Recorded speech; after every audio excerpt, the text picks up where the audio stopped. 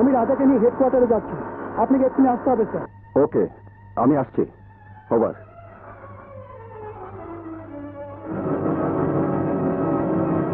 রাজাকে গ্রেফতার করা হয়েছে, রাজাকে গ্রেফতার করা হয়েছে, রাজাকে গ্রেফতার করা হয়েছে।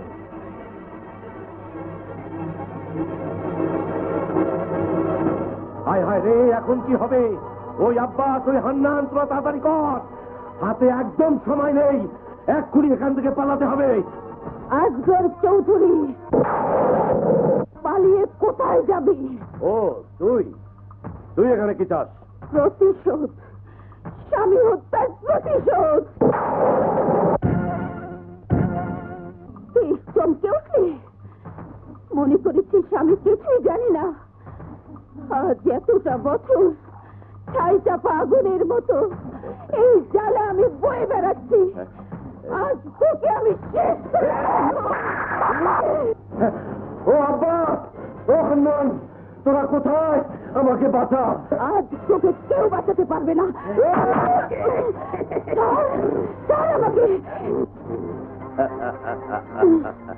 হারাম যদি আমাকে মারতে চাস, তোর এত বড় সাহস? ভাইজান, এই গুলিটাকে সঙ্গে নিয়ে যাই, কাজে লাগবে। হ্যাঁ, ঠিকই বলেছিস।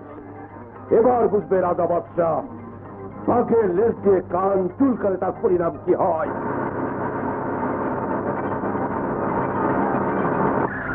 রাজাকে গ্রেফতার করা হয়েছে, এ খবর নওশেরা আজগরের কাছে পৌঁছলে ওরা দলবল নিয়ে পালিয়ে যেতে চেষ্টা করবে। সমস্ত থানা এবং চেকপোস্টে নওশেরা ফটো পাঠিয়ে দাও। কোনো অবস্থাতেই যেন নওশেরা আজগর পুলিশের চোখে ফাঁকি দিয়ে শহরের বাইরে যেতে না পারে।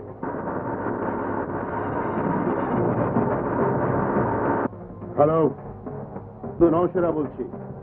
কমিশনার, আমাকে ধরার জন্য যে জাল তুমি ফেলেছো, সে আশা তোমার কোনো দিনই পূর্ণ হবে না। নওশেরা, তোর পালাবার সমস্ত পথ আমি বন্ধ করে দিয়েছি। যদি বাঁচতে চাস, আত্মসমর্পণ কর। কমিশনার, আমার পালাবার পথ যে তোমাকেই তৈরি করে দিতে হবে, কারণ তোমার ইন্সপেক্টর বাদশার মা এখন আমার হাতে বন্দী। বাদশার মা? কি হয়েছে আমার মা? হ্যালো হ্যালো, ইন্সপেক্টর বাদশাহ, এই নাও, তোমার মায়ের সাথে কথা বলো। বাচ্চা, মা, তুই আমার জন্য কোনো চিন্তা করিস না। এই খুনি আসগর আব্বাস তোর বাবাকে খুন করেছিল। হ্যাঁ, আমি তোর বাবাকে একদিন খুন করেছিলাম। আসগর চৌধুরী, আমি তোকে জ্যান্ত পুঁতে ফেলবো।